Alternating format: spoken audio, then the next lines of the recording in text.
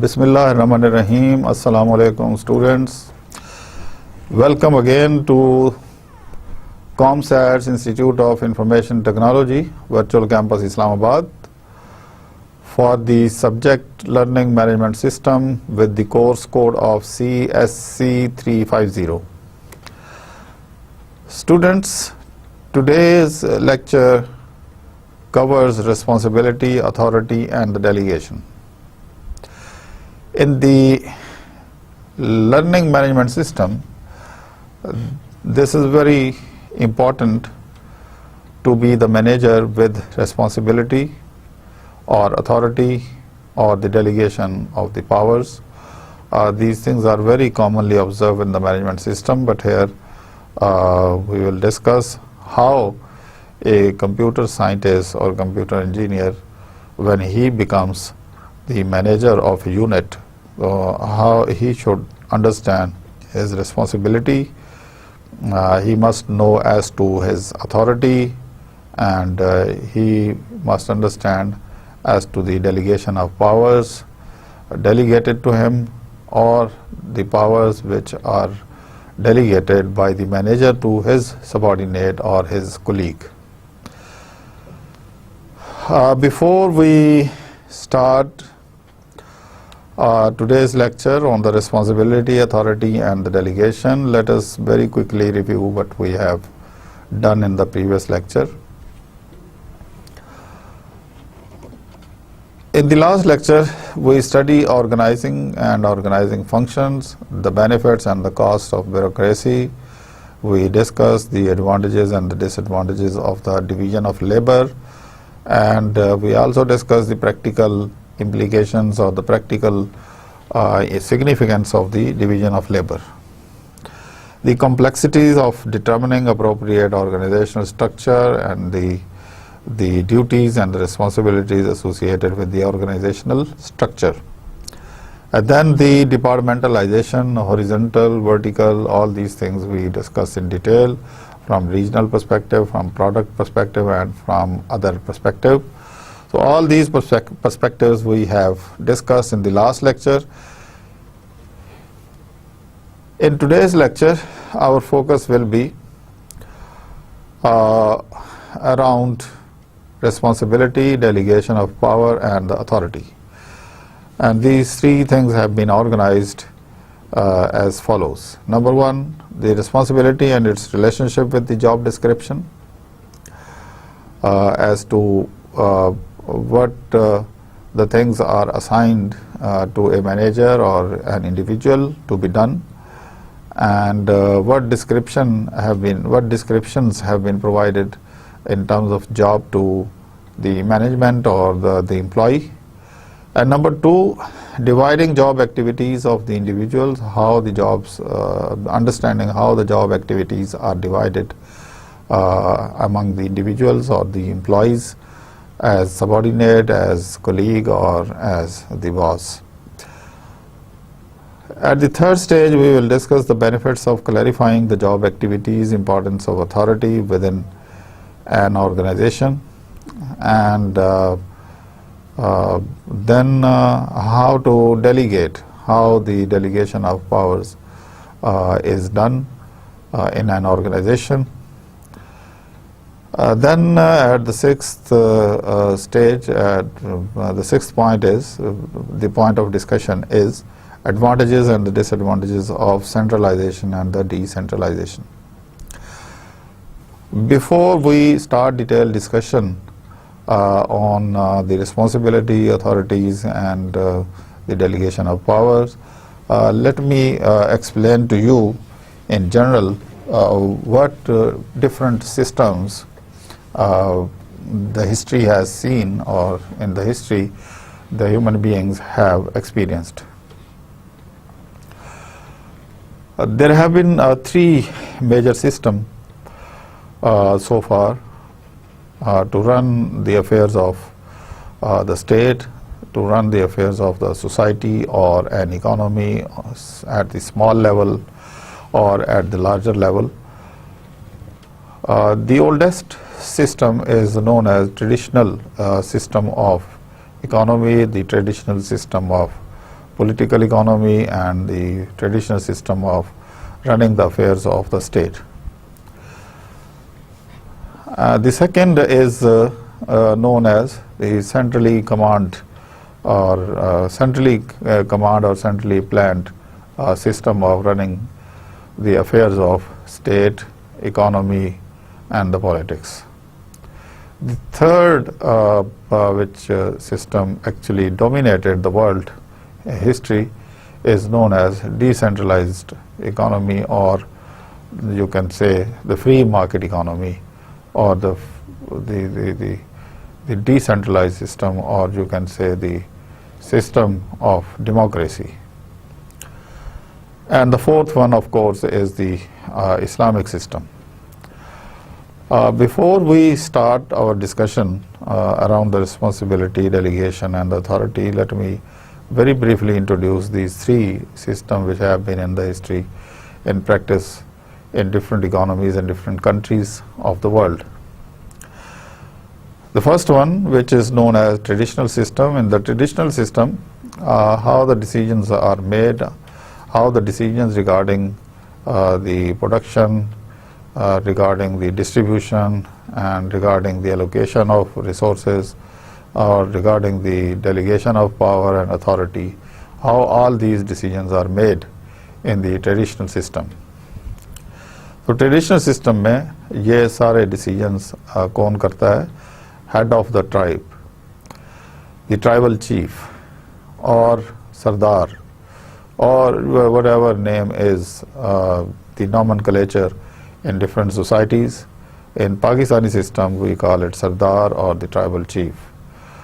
So he is the one who decides, who makes all types of decision regarding the allocation of resources, the production of resources and the distribution of the output, distribution of, so he has got all the authority of allocating, distributing and producing different goods and services.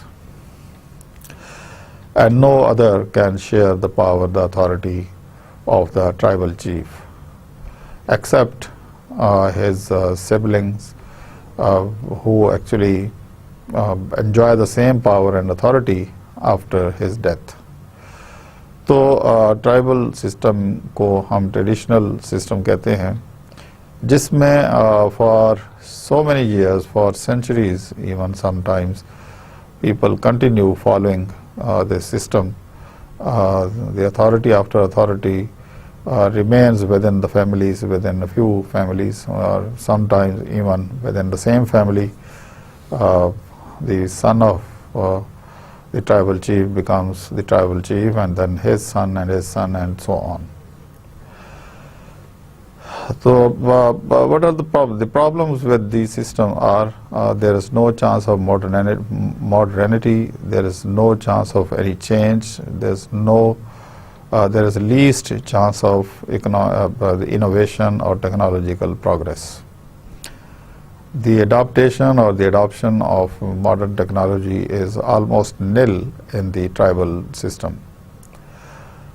Now the question is there any example of this traditional system in the world? Yes.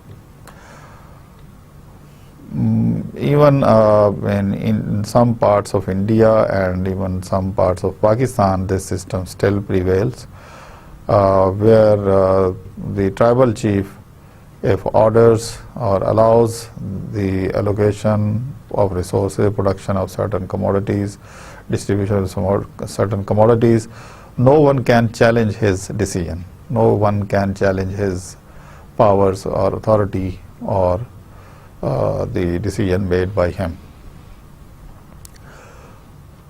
But there will be no modernity in the system, no innovation and nothing. तो पाकिस्तान के जो हमारे बलूचिस्तान के बहुत सारे इलाकों में still this system prevails. इसके अलावा इंटीरियर सिंध के बहुत सारे इलाकों में, जिनको हम फ्यूडल सिस्टम या हम कहते हैं वडेरा सिस्टम, ये प्रिवेल करता है, और वडेरे की मर्जी के बगैर कोई क्रॉप कल्टीवेट नहीं कर सकती, कोई अथॉरिटी ایک اتھارٹی سے دوسری اتھارٹی میں ٹرانسفر نہیں ہو سکتی. تو ایک صدیوں تک یہ سلسلہ چلا آ رہا ہے. افریقہ میں یہ سسٹم ابھی بھی پریویل کرتا ہے. اسی طرح یورپ میں آلموسٹ یہ ختم ہو گیا. یورپ میں بھی یہ پریویل کرتا تھا. لیکن آج کل کے دور میں پاکستان ایک ایسا ملک ہے جہاں ہمارے بلوچستان پروونس میں ابھی بھی اس قسم کا سسٹم، ٹریڈیشنل سسٹم جو ہے وہ پریویل کرتا ہے. اگر ٹرائبل چیف الاؤ کرے گا، اگر دی ہیڈ آف دا ٹرائب اگر الاؤ کرے گا تو وہاں پہ روڈ بھی بنے گی، وہاں پہ انڈسٹری بھی لگے گی، وہاں سے ریسورسز جو ہیں وہ ٹرانسفر بھی ہو سکیں گے، اور inflow outflow of resources اس کی مرضی کے بغیر کوئی بھی نہیں کر سکے گا. دوسرے لیول پہ جو سسٹم میں نے آپ کو اگزامپل دی وہ ہے سینٹرلی پلانڈ اکنامک سسٹم.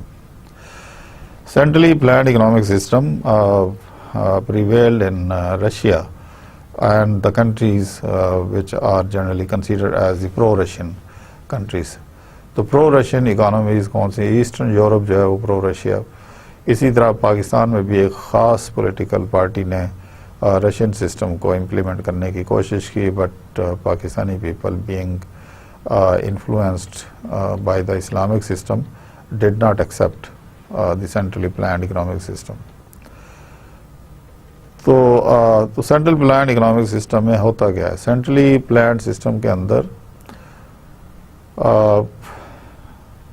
ایک خاص گروپ ہوتا ہے جس کے ہاتھ میں، یعنی state is run by the authority of a group of people and the private ownership is generally not allowed in the system. Private sector cannot play its role. So it is state who takes all the decisions regarding allocation of resources, production, management, who can be the supervisor of a production unit and so on. لیکن private sector اس میں نہ ہونے کے برابر ہوتا ہے. اور اگر جیسے رشیا میں اگر کسی کے پاس کچھ ریسورسز کہیں سے اویلیبل ہو جاتے تھے تو اسٹیٹ کے جو اسٹیٹ ریپرزنٹیٹیوز جو ہیں اس کو اتنا کوشچن کرتے تھے کہ الٹیمیٹلی ہی had to be confiscated of these resources. تو یہ اسٹیٹ آف افیئر تھی رشیا کے اندر. اس کی کئی خامیاں تھیں. مثلاً سب سے بڑی خامی تو یہ تھی کہ کوئی پبلک پارٹیسپیشن کسی بھی پروجیکٹ میں نہیں ہوتی تھی. بڑے بڑے پروجیکٹس جو ہیں وہی اسٹیٹ اتھارٹی مل کے وہ کر لیتے تھے. اس کے علاوہ کوئی انسینٹیو، کوئی موٹیویشن فیکٹر نہیں تھا کسی ورکر کے لیے کہ وہ ایکسٹرا آورز کام کرے یا ڈیلیجنٹلی کام کرے، اس لیے کہ اس کے اندر بالکل اونرشپ کا کانسیپٹ ہی نہیں تھا. اس لیے جب 1989 میں رشیا ٹوٹا تو 88-89 میں جو سچویشن تھی وہ یہ سامنے آئی کہ bulk production of so many item, manufactured items, computers, TVs, refrigerators, they were piled up in under open sky, and there was no system of chain supply of these products to the market. یہ state of affair تھی جو late 1988 اور 1989 میں دیکھنے میں آئی. اور complete lack of coordination, کیونکہ state was the responsible for the transportation of the goods, اور جو سپروائزر اسائن ہوتے تھے جن کے پاس مینجمنٹ ہوتی تھی ان کی مینجمنٹ صرف اتنی رسپانسبلٹی ہوتی تھی کہ پروڈکشن پروسیس کمپلیٹ کر کے آؤٹ پٹ کو ایک جگہ پہ انہوں نے پرووائڈ کر دینا ہے. The rest of the job was assign to the state. تو state actually all the resources belong to the state. تو اس میں کوالٹی بہت کمپرومائز ہوتی تھی، not only quality of the product but also quality of the management اور quality of the responsibility and quality of the authority. In fact authority صرف ایک ہی تھی اور وہ اسٹیٹ تھی، اور نیچے ڈیلیگیشن آف پاور نہیں ہوتا تھا، جس کی وجہ سے رشیا نے بے شمار سائنٹیفک ایڈوانسمنٹ تو کی، لیکن اونرشپ نہ ہونے کی وجہ سے رشیا امریکہ کا مقابلہ جو ہے وہ اوپن مارکیٹ اکانومی سے نہیں کر سکا. اس کے بعد تیسرا جو میں نے آپ کو اگزامپل دی وہ ہے فری مارکیٹ اکانومی، جس کو ڈیموکریٹک سسٹم بھی کہتے ہیں، جس کو کیپٹلسٹ سسٹم بھی کہتے ہیں. اس کی اپنی خوبیاں ہیں کیونکہ رشین کے مقابلے میں امریکہ کی جو کولڈ وار تھی وہ اسی چیز پہ بیس کر رہی تھی کہ پرائیویٹ اونرشپ جو تھی وہ الاؤ تھی، اور فری مارکیٹ اکانومی کا سلوگن تھا. Competition was also the slogan of the system, اور اس کے علاوہ کوئی اس کے اوپر لمیٹیشن نہیں تھی. کوئی بھی کسی وقت ریسورسز کو کسی طرح سے بھی یوٹیلائز کر سکتا تھا، thinking that the allocation of resources accrue more profit if he produces X product or Y product or Z product. تو یہ کیپٹلسٹ سسٹم تھا جس میں، تو ہاں اس میں البتہ ایک سب سے بڑی جو فورس تھی جو وہ سیلف موٹیویشن اور سیلف موٹیویشن تھی انفیکٹ، جس کی وجہ سے لوگ کام کرتے تھے، اون کرتے تھے. اور اس کے علاوہ کمپٹیشن میں آنے کے لیے کسی کے اوپر اپیرنٹلی کوئی ایسی رکاوٹ نہیں تھی. کوئی کسی وقت اپنی نالج کو یوز کر کے، اپنے ریسورسز کو یوٹیلائز کر کے، اپنی ٹیکنیکل ایکسپرٹیز کو یوٹیلائز کر کے وہ مارکیٹ میں آ سکتا تھا. تو یہی وہ سسٹم تھا جس سے ساری جتنی بیوروکریسی کے اندر امپروومنٹ آئی، جس کی وجہ سے ڈویژن آف لیبر کا کانسیپٹ انٹروڈیوس ہوا، جس کی وجہ سے اسپیشلائزیشن کے جو کانسیپٹس ہیں وہ مارکیٹ میں انٹروڈیوس کیے گئے. اس کی وجہ سے بے تحاشا ٹیکنالوجیکل ایڈوانسمنٹ آئی. اس کی وجہ سے فارمز، کمپنیز اور پروڈیوسرز نے الٹیمیٹلی اولیگوپلیز یعنی گروپ بنا کے ایک دوسرے سے کمپیٹ کرنا شروع کر دیا. اور اسی کی وجہ سے، اس کمپٹیشن کی وجہ سے بڑی بڑی لارج کمپنیز جو ہے وجود میں آئیں. مائکروسافٹ جیسی کمپنی جو ہے، جس نے الٹیمیٹلی اتنا پیسہ اسپینڈ کیا سافٹ ویئر کی ڈیولپمنٹ کے اوپر، ہارڈ ویئر کی ڈیولپمنٹ کے اوپر. انفیکٹ ٹیکنالوجیکل ایڈوانسمنٹ جتنے بینیفٹس آج کل ہم انجوائے کر رہے ہیں، all this can be attributed to this system, the free market economy.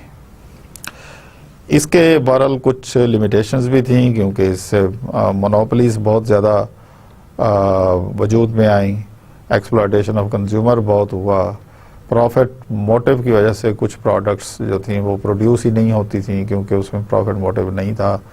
تو یہ سارے رسک اس میں انوالو تھے کیونکہ اس میں پروفٹ موٹیو جو ہے ایک بہت بڑی پاور ہے کسی بھی پروڈیوسر کے لیے پروڈکشن ایکٹیویٹیز کیری آؤٹ کرنے کے لیے. تو یہ ایک بریف انٹروڈکشن. باقی اسلامک سسٹم سے ہم بخوبی واقف ہیں. دی سسٹم آف جسٹس جس کو ہم کہہ رہے ہیں اور جس کو ہم اسلامک سسٹم جو ہے، اس میں وہ ایک میں ڈیٹیل میں جاؤں گا تو کہیں میرے اوپر جو ہے، میں I am not religious scholar, you can understand yourself, you can read yourself from the books what Islamic system is about. I can simply refer some of the books related to the Islamic system. You can study the system of the Caliph Umar Raziyallahu anhu and Umar bin Abdul Aziz Raziyallahu anhu, and you can study the management system, the authority, the power, and the delegation of power and the management of Amir Muawiyah Raziyallahu anhu, the son of Abu Sufyan. So if you read some of the books written by Shibli Nomani, like جس میں نے آپ کو بتایا کہ امیر معاویہ المعاویہ کے نام سے ایک کتاب لکھی، الفاروق کے نام سے ایک کتاب لکھی گئی ہے، جس کو اگر آپ پڑھیں تو you can understand very well the authority and the delegation of power and the best system of management in Islam. Because we cannot focus on much, we cannot focus much on the Islamic system, although it is not controversial, but I think being in the Islamic society, everyone can easily access the books and understand. The next Let us now start from the definition of responsibility.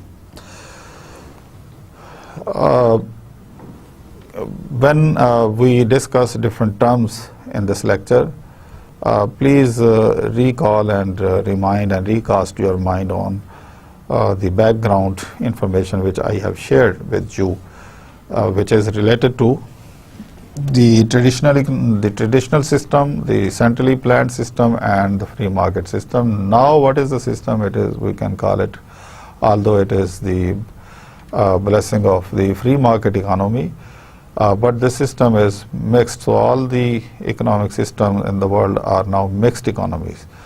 To a certain extent, there is authority of the state, there is public sector, and at the same time there's a lot of private sector competing in terms of innovation, in terms of science and technology, in terms of R&D, and every private sector company, manufacturer, or the corporation is trying to acquire maximum possible share of the market. So students, now defining the term responsibility. Responsibility is the obligation to perform some assigned activities. It is obligation and the responsibility. Responsibility is the obligation and the right. Obligation and the right to perform some assigned duty. The source of responsibility lies with the individual. Very simple, there's nothing complicated. Similarly, managers remain responsible for tasks even if they have delegated them to another employee. आपकी जो किसी की भी responsibility हो, for example, if we start from the household unit. In the household unit, since father in the house is responsible, actually he has the obligation of providing and doing all the major responsibilities, earning and managing resources for his family. But if he, although this power cannot be delegated to anyone, but if he delegates this power to, say, his wife, but still wife is less responsible, and the husband, the father of the family unit, is the most responsible person. Similarly, if you are heading a unit, or you are heading a suppose a firm or a production unit or a manufacturing unit or anything like that, and if for some reasons you have to go on leave and you are delegating these powers to your subordinate, though he is expected to perform your duties honestly, but if something bad happens and if some irregularity occurs, then although you delegated the powers to your subordinate, but you will stand responsible for all these powers which he has either exploitatively used or positively used or negatively used. The next is job description. What is job description? The summary of individual's job activities. What activities a person has to perform. Job description actually communicates job content and the performance which is required related to the job. What the employee is expected to perform. Dividing job activities. Functional similarity method. There are so many ways to dividing the job activities. Functional similarity method, number one. The most basic, it is the most basic method of dividing job activities. There are 4 steps involved in this functional similarity method. Number one, examine the management system objectives. This is the first and the supreme thing. What are the objectives? What is the mission statement of the organization? It is to be understood very clearly. And the second is the second step is designate appropriate activities that must be performed. Designate appropriate activities that must be performed. So first thing is the objectives must be clearly understood, then designate appropriate activities that must be performed, and number 3, design specific jobs by grouping similar activities. So if some activities are similar, they can be grouped in a cluster and they can be assigned to someone. And the 4th one is make specific individuals responsible for performing the jobs. So this is how the 4 steps are followed. So number 1, the objective must be clear. Number 2, the appropriate activities must be performed by a designated person. And number 3, design specific jobs by group. The similar activities can be grouped in one category, and make specific individuals responsible for performing the jobs. The functional similarity method is explained here by a flow chart diagram. So the first thing is examine objectives. This is the summary of what we have discussed in the previous slide. Examine objectives, designate activities necessary to reach objectives, and then design jobs by grouping similar activities, make individual responsible for performing jobs. So number 1, objectives must be clear. Number 2, activities which are necessary to achieve these objectives must be clearly defined, and then if we know this, then similar activities can be grouped. And then according to the specialization, according to the qualification of the individuals, different categories of activities can be assigned to different persons in accordance. But the condition is these things must be compatible to each other, the activities and the qualification of the person who are assigned these activities. Okay. Functional similarity method and the responsibility. Management should avoid creating jobs that do not enhance goal attainment. So the process should not be खामखा process को एक बड़ा process कर देना objectives को achievement के लिए, हालांकि उससे ऑब्जेक्टिव अचीव नहीं होते. तो ऐसी तमाम एक्टिविटीज़ से, ऐसी तमाम एक्सटेंशन ऑफ जॉब से अवॉइड करना चाहिए मैनेजमेंट को जिसमें जो गोल है उसको वो अचीव नहीं होता, या ऐसी एक्टिविटीज़ जो किसी गोल को अचीव करने में हेल्पफुल साबित नहीं है, उनसे अवॉइड करना चाहिए. Job responsibilities should be assigned with clear goal related non overlapping responsibilities. ये बहुत इंपॉर्टेंट है कि क्लियर और गोल रिलेटेड जॉब हो. नॉन ओवरलैपिंग का मतलब ये है कि रिस्पॉन्सिबिलिटीज़ जो है वो ओवरलैप ना करें. ऐसा ना हो कि सेम जॉब जो है, सेम एक्टिविटी जो है वो एक से ज़्यादा लोगों को असाइन कर दी जाए, तो उससे वो ओवरलैपिंग, फिर इसका वो कन्फ्यूजन सी रहती है दो इंडिविजुअल्स और दो वर्कर्स के दरमियान कि who is responsible for how much amount of activity और the work.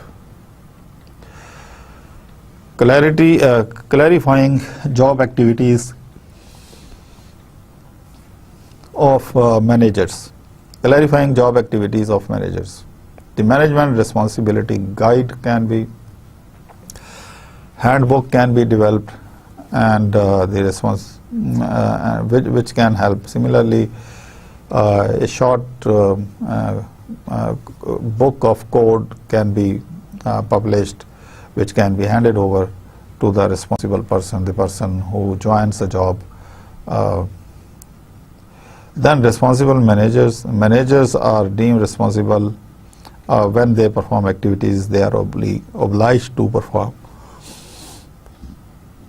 They are obligated to perform. तो responsible managers कौन है? जिनके ऊपर जो obligation हो कि उन्होंने कौन सी activities perform करनी है. ये responsibility relationship एक बड़ी डिटेल से इसमें जो है वो डिस्कस हुआ है इस टेबल में. جنرل رسپانسبلٹی، دوسرا ہے آپریٹنگ رسپانسبلٹی، اسی طرح اسپیسیفک رسپانسبلٹی، اسی طرح کچھ آپشنز یہ ہوتی ہیں کہ مسٹ بی کنسلٹیڈ، کچھ میں ہوتا ہے مے بی کنسلٹیڈ، اسی طرح کچھ ہوتا ہے مسٹ بی نوٹیفائڈ اور کچھ ہوتا ہے مسٹ اپروو. یہ ساری responsibility relation ship with management ہے جو ان کو دی جاتی ہیں آپشنز، کہ ان کے کون کون سے جابس ہیں جو ان کے لسٹڈ ہیں جن کے بارے میں یہ کہا جاتا ہے کہ these are the general responsibilities, کچھ کے بارے میں آپریٹنگ ان کی رسپانسبلٹیز، کچھ جو ہیں specific responsibilities.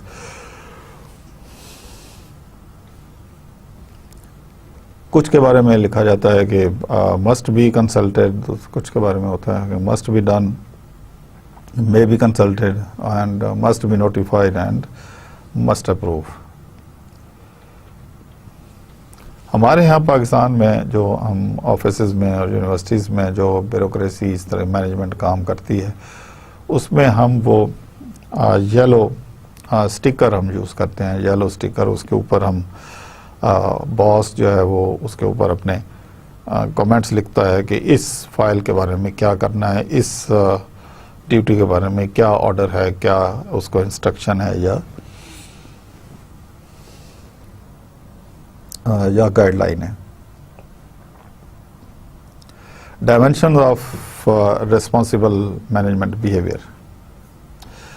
The key dimensions of responsible management behaviour جو ہیں وہ یہ ہیں کہ ایٹیچیوڈ toward the conduct with the subordinates, behaviour with the upper management کیا ہونا چاہیے، behaviour with the other groups کیا ہونا چاہیے، اسی طرح پرسنل ایٹیچیوڈ اینڈ دا ویلیوز کیا ہونی چاہیے. تو ایٹیچیوڈ toward and conduct with the subordinates, responsible managers جو ہے ٹیک complete charge of their work groups. He understands who is going to perform which activity has been assigned to which person, and pass praise and credit to along with credit along to subordinate. تو اپنے subordinate کی تعریف کرنا، ان کو credit دینا جو duties وہ ڈیلیجنٹلی وہ پرفارم کرتے ہیں.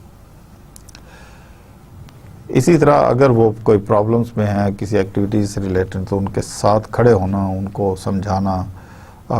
اسی طرح اگر کوئی ایسی پروڈکٹیوٹی سے ریلیٹڈ ایشو ہیں یا پور پرفارمنس کے ایشو ہیں تو ایکشن لینا. These are also important. Behaviour with the upper management.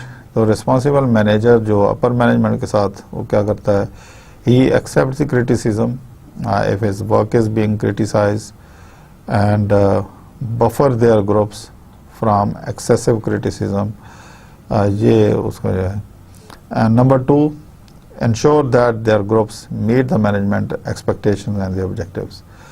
Criticism کو برداشت کرنا اور ریئلائز کرنا اپنے مسٹیک کو، اور پھر اس کو امپروو کرنا، ایرر کو امپروو کرنا اور نیکسٹ ٹائم اس ایرر سے اوائڈ کرنے کی کوشش کرنا. Behavior with the other groups. Make sure that any gaps between their areas and those of the other managers are securely filled. یہ ایک ریسپانسبل مینیجر کی ذمہ داری ہے. گیپ جو ہے مینجمنٹ میں کہاں ہوتا ہے؟ گیپ اس وقت آتا ہے جب ہم اپنے آبجیکٹیوز کو سامنے رکھ کے ایکٹیویٹیز کو لسٹ کرتے ہیں. زیادہ تر ایکٹیویٹیز کو ہم اسائن کر دیتے ہیں، لیکن کچھ ایکٹیویٹیز جو ہیں وہ ان ایلوکیٹڈ رہ جاتی ہیں.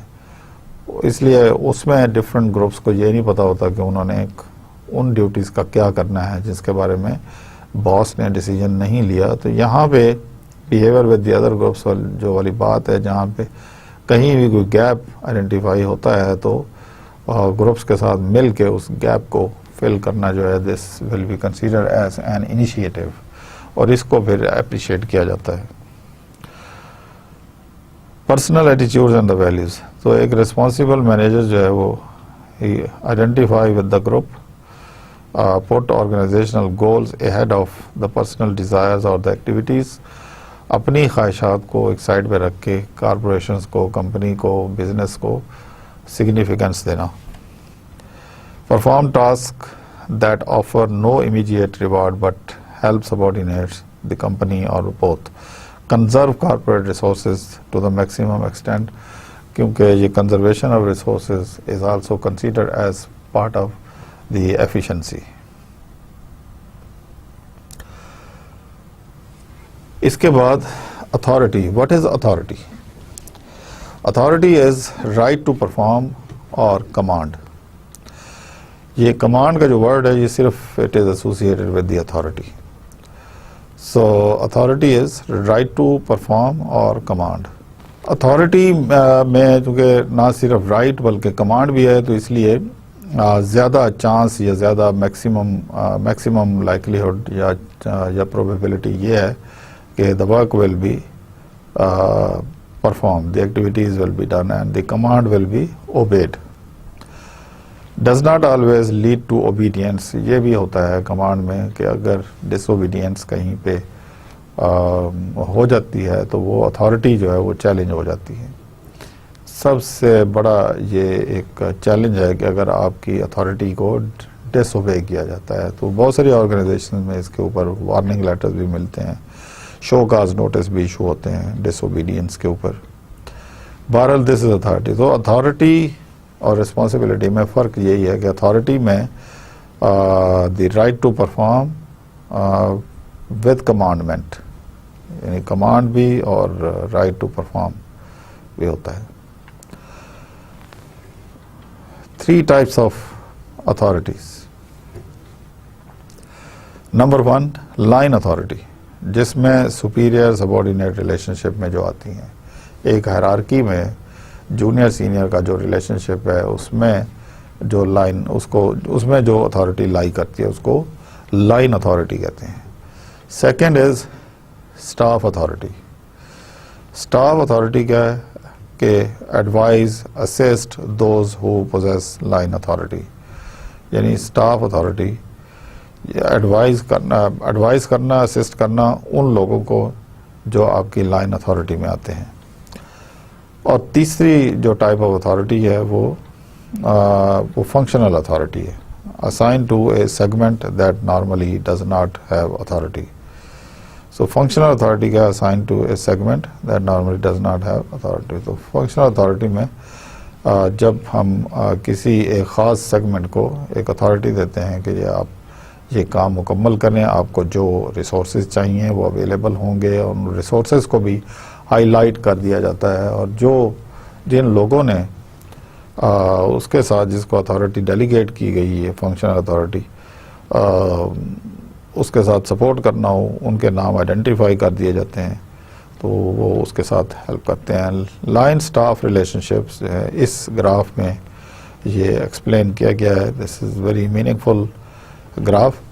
اس میں پلانٹ مینیجر ہے, جیسے اس کے نیچے پروڈکشن مینیجر, پھر ادھر اس کے رائٹ اینڈ لیفٹ جو ہے there are other managers, for example sales manager, human resource manager. And then under the human resource manager, there are management development specialist, testing and recruitment specialist, یہ اس میں آتے ہیں.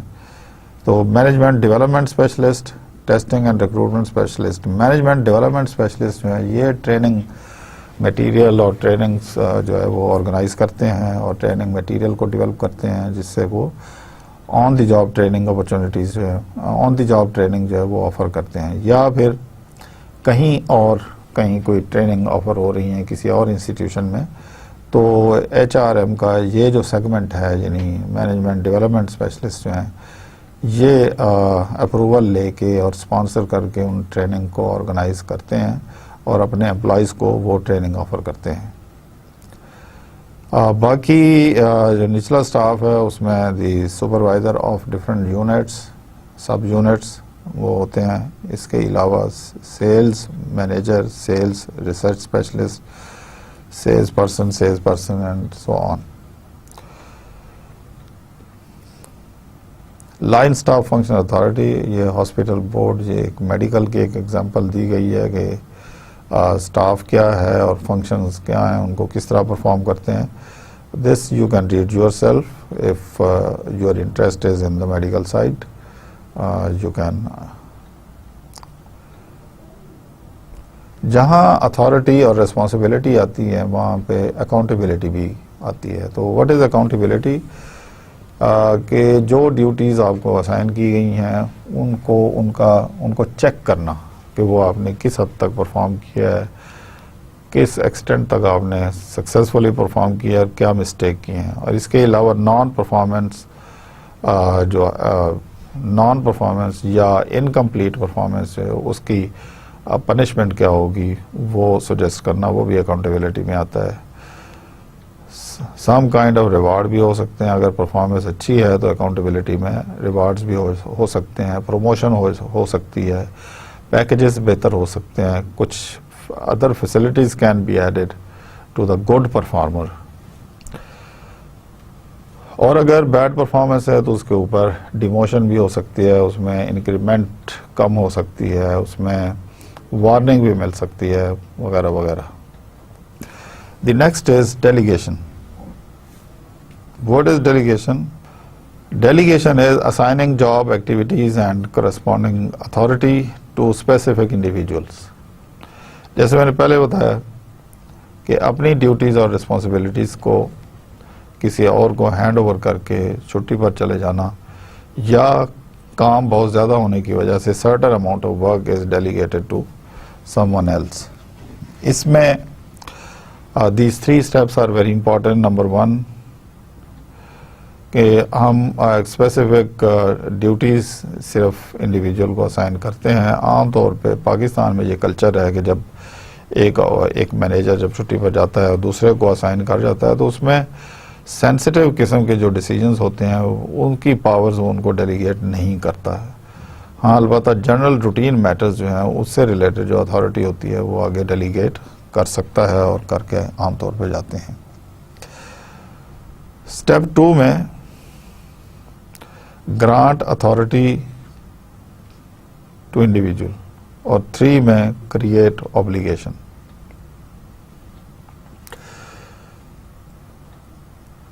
Effective delegation, guide lines for making delegation effective, کہ جب ہم کسی کو اپنی پاور ڈیلیگیٹ کر رہے ہیں تو اس کو افیکٹو بھی ہونا چاہیے. وہ افیکٹو کیسے ہو سکتا ہے, یہ کچھ پوائنٹس ہیں اس ٹیبل میں لسٹ کیے گئے ہیں, میں پڑھ دیتا ہوں. Give employees the freedom to pursue tasks in their own way. یہ چونکہ اس کو جس کو ڈیلیگیشن آف پاور کیا جاتا ہے وہ چونکہ ایک ٹیمپریری پیریڈ کے لیے ہوتا ہے تو وہ ہیزیٹنٹ رہتا ہے کہ کیا اس نے یہ پاور یوز کرنی ہے نہیں کرنی. تو اس کو کلیئر میسج دینا چاہیے while delegating powers کہ he can pursue task in his own way. And number 2, establish mutually agreed upon results and performance standards for the delegated task. کہ جو ٹاسک اس کو ڈیلیگیٹ کیا جا رہا ہے اس میں دونوں پارٹیز ڈیلیگیٹ کرنے والا اور جس کو ڈیلیگیٹ کیا جا رہا ہے وہ مل کے ایک پرفارمنس منیمم یا میکسیمم اور سرٹن لیول آف پرفارمنس کے اوپر ایگری کرتے ہیں کہ اس ٹاسک کی پرفارمنس اتنی ایکسپیکٹڈ ہے, 80%, 70%, 90%, or whatever is the agreement between the person who is delegating power and the person whom the powers are being delegated. Encourage employees to take an active role in defining, implementing and communicating the progress on task. Very simple, entrust employees with completion of whole projects or tasks whenever possible. اس کو جاری رہنا چاہیے effective way سے, کیونکہ اس طرح ایک succession plan بھی بنتا رہتا ہے. سکسیشن پلان یہ ہے کہ اگر ایک مینیجر جو ہے اس کا ارادہ ہے کہیں شفٹ ہونے کا, سوئچ کرنے کا, تو وہ اپنے سکسیشن پلان میں اپنے کچھ اور لوگوں کو ڈیلیگیشن آف پاور کر کے ان کو سکھاتا رہتا ہے ٹائم ٹو ٹائم, تاکہ جب اس کو ایک ہی گروپ کے اندر کسی اور پروونس میں یا کسی اور پروڈکشن یونٹ میں اس کو شفٹ کرنا پڑے, یا when he decides to quit the job, تو وہ پیچھے جو سکسیشن پلان میں جو باقی ٹرینڈ لوگ جو ہے وہ اس کو ہینڈل کر سکیں اور کوئی انٹورڈ سچویشن ارائز نہ ہو. تو اس لیے یہ کہا گیا ہے کہ the relevance of delegated powers to the larger projects or the department or organization goals. یہ ہو سکتا ہے پارٹ میں بھی ڈیلیگیشن ہو سکتی ہے, فل پروجیکٹ کی بھی ڈیلیگیشن آف پاورز جو ہے وہ ہو سکتا ہے. give employees authority necessary to accomplish task, ان کے پاس ہم کچھ اتھارٹی ان کو ڈیلیگیٹ کرتے ہیں تاکہ وہ اپنا کام مکمل کر سکیں. allow employees access to all information, people and the department necessary to perform the delegated task. خاص طور پہ اگر جب کسی کو ڈیلیگیشن آف پاور کی جاتی ہے تو اس کا جو سیکریٹریل سٹاف ہے ان کو اس بات کی ٹریننگ دینی بہت ضروری ہے کہ جس کو ڈیلیگیشن آف پاور کی گئی ہے اس کے ساتھ وہ تعاون کریں in his or Hare absence.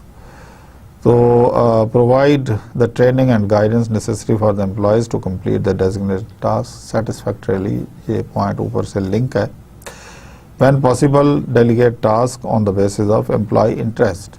یہ بھی ہو سکتا ہے کہ بعض اوقات زبردستی ہم ڈیلیگیشن آف پاور اگر ہم کریں گے تو اس کا جو آؤٹ پٹ ہے وہ اتنا یوزفل نہیں ہوتا. اس لیے جن کو ڈیلیگیشن آف پاور کی جاتی ہے وہ ان ٹاسک کے بارے میں ان کی انٹرسٹ ضرور ہو تاکہ وہ ڈیلیجنٹلی کام کر سکیں. اگر ان کو انٹرسٹ نہیں ہے تو پھر وہ ڈیلیجنٹلی کام نہیں کریں گے اور اس سے ڈیلیگیشن آف پاور سے بہت سارے گیپ کریٹ ہو جائیں گے اور کام جو ہے وہ مکمل نہیں ہوں گے. تو this is effective delegation of power. اس کے بعد جو obstacles to the delegation process, اس میں رکاوٹیں کیا ہو سکتی ہیں.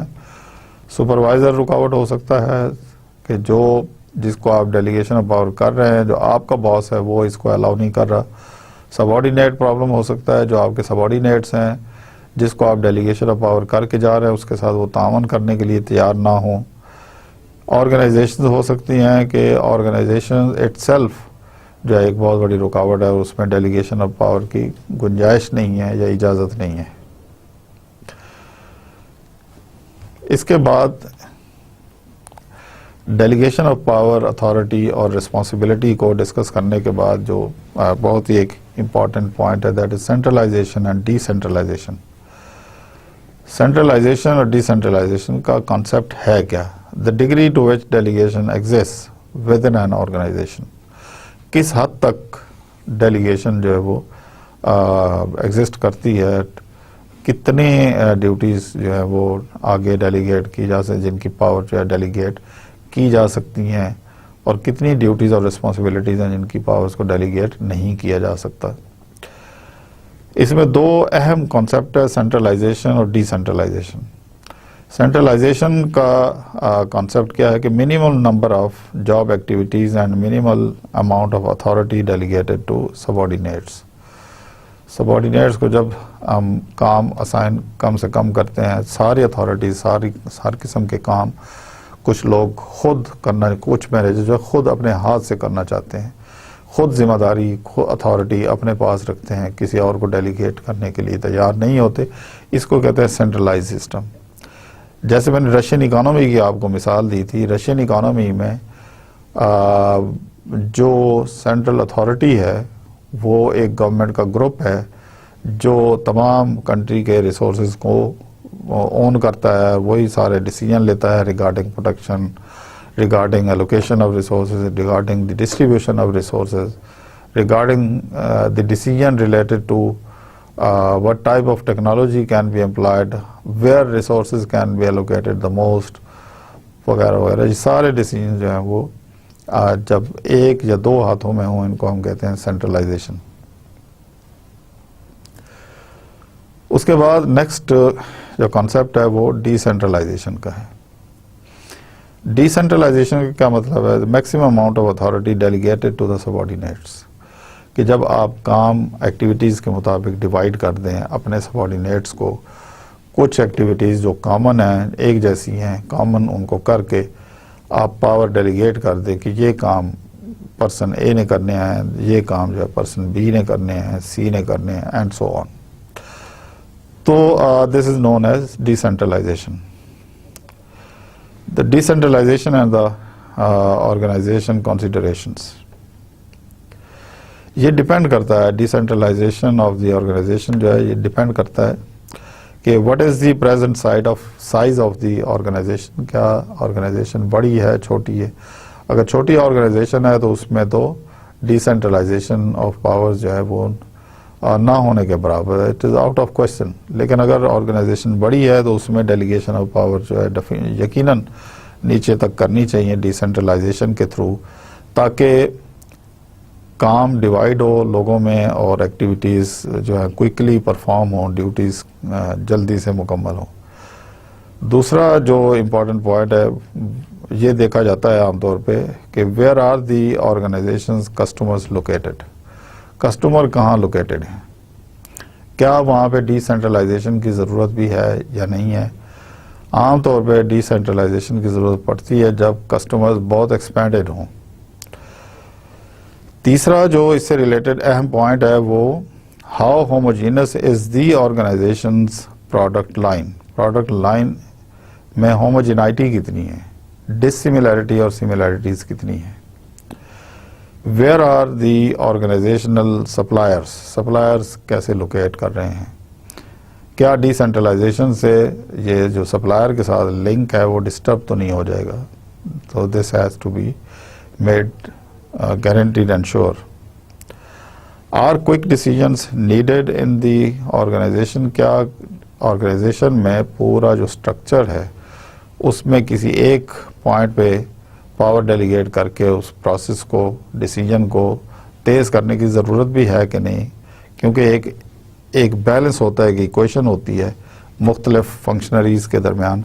اگر ایک فنکشنری میں ایک آپریشن لیول کے اوپر اگر ڈیلیگیشن آف پاور کر کے اس پروسیس کو زیادہ تیزی سے مکمل کر دیا جائے, but the other sources, other operations are running very slow, تو ان کے درمیان ایک کوآرڈینیشن کا ایشو آ جائے گا اور جو پروڈکٹیوٹی ہے وہ ایفیکٹ ہوگی.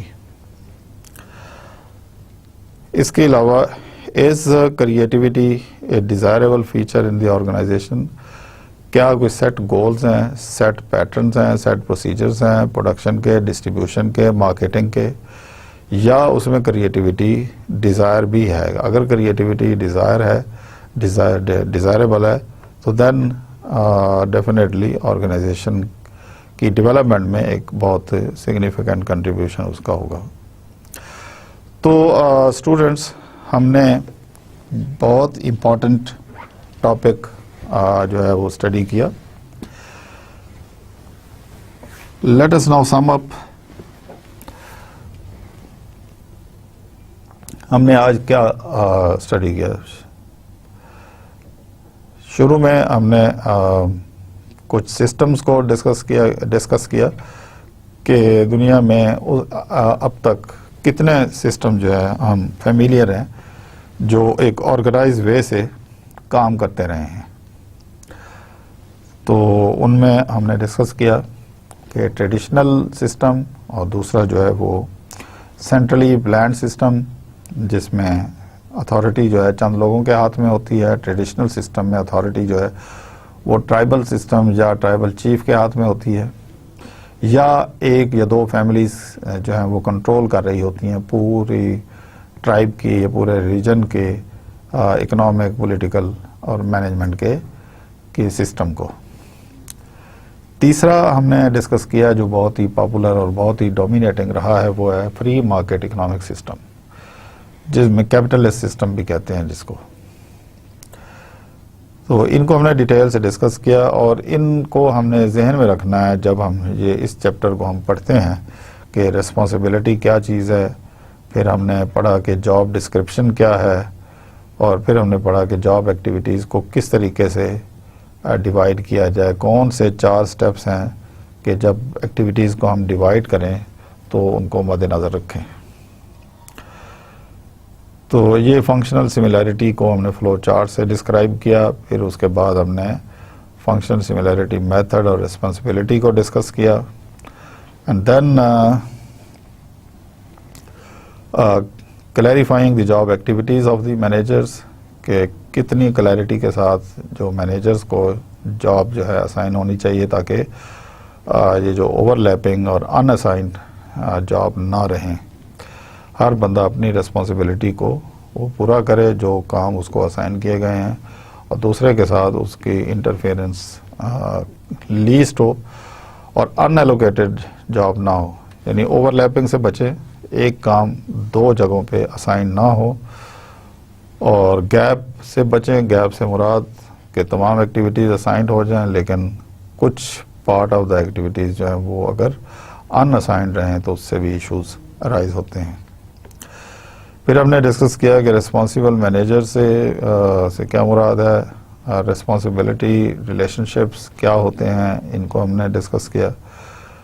پھر dimension of responsible management behaviour, یہ ہم نے ڈسکس کیا. اور اس کے بعد پھر ہم نے اتھارٹی کو ڈسکس کیا کہ اتھارٹی میں نہ صرف رسپانسبلٹی اور رائٹ آتا ہے بلکہ اس میں کمانڈ بھی آتی ہے, جس کا ایک فائدہ یہ ہے کہ کمانڈ کی وجہ سے آپ کی probability of completion of activities جو ہے وہ بڑھ جاتی ہے, کیونکہ اتھارٹی ساتھ ہوتی ہے, اور اتھارٹی جب آتی ہے تو پھر اکاؤنٹیبلٹی بھی آتی ہے, جس سے پھر جزا اور سزا دونوں وجود میں آتے ہیں. اچھا کام کرنے پہ اس کو ریوارڈز بھی ہو سکتے ہیں اور برا کام کرنے پہ پنشمنٹ ہو سکتی ہے. پھر لائن سٹاف ریلیشن شپ ہم نے ڈسکس کیے, لائن سٹاف فنکشن اتھارٹی ہم نے ڈسکس کی, اکاؤنٹیبلٹی میں نے بتایا کہ جو امپلائی پرفارمنس اپنی دے رہا ہے اس کے اوپر ایک چیک ہے, اس کی لائبلٹی ہے کہ اس کی پرفارمنس کو ایویلیویٹ کیا جائے, اس کے کنٹریبیوشن کو میئر کیا جائے, اس کی ویلیو ایڈیشن کو دیکھا جائے کہ وہ کتنا سبسٹانس ہے اور کتنا اس کی جو ہے وہ امپورٹنس ہے, تو اس کے اوپر جزا اور سزا جو ہے اس کی ڈیسائیڈ کی جائے.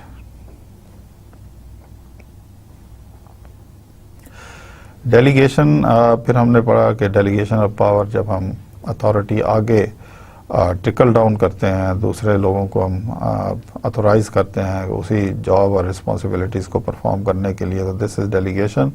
اور اس میں ڈیلیگیشن کرتے ہوئے ہمیں افیکٹو ڈیلیگیشن میں اس بات کا خیال رکھنا چاہیے کہ جس کو ہم ڈیلیگیشن آف پاور کر رہے ہیں اس کے اندر کیپیبلٹی ہے, اس کی کوالیفیکیشن ہے, اس کا ایکسپیرینس ہے کہ وہ اس کو, اور پلس اس کی انٹرسٹ ہے, انٹرسٹ اوور اینڈ ابو, کیونکہ ایکسپرٹیز ہوں اور سب کچھ ہو, کوالیفیکیشن ہو, بٹ انٹرسٹ نہ ہو تو job can not be, the power delegated to the person can not be performed well.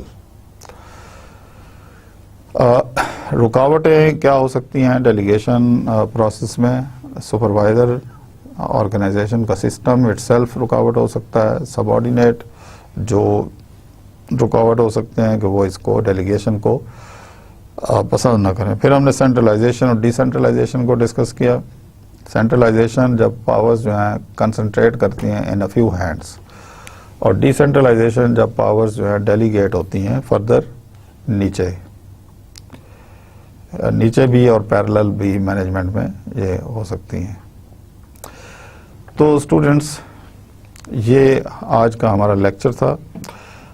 آخر میں ہم نے کچھ یہ بھی ڈسکس کیا کہ ڈیلیگیشن آف پاور کرتے ہوئے کیا کن چیزوں کو کنسیڈر کرنا چاہیے.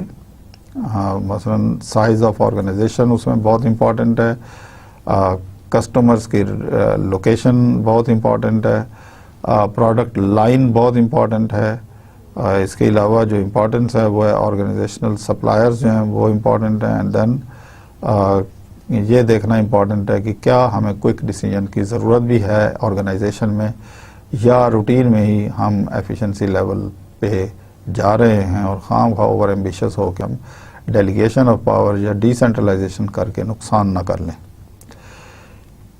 تو اس کے علاوہ کریٹیوٹی کو دیکھا جاتا ہے کہ کیا کریٹیوٹی جو ہے وہ ڈیزائریبل ہے یا نہیں ہے. کریٹیوٹی اکثر جگہوں پہ ڈیزائریبل ہوتی ہے, لیکن sometimes it is not desirable through the decentralization process.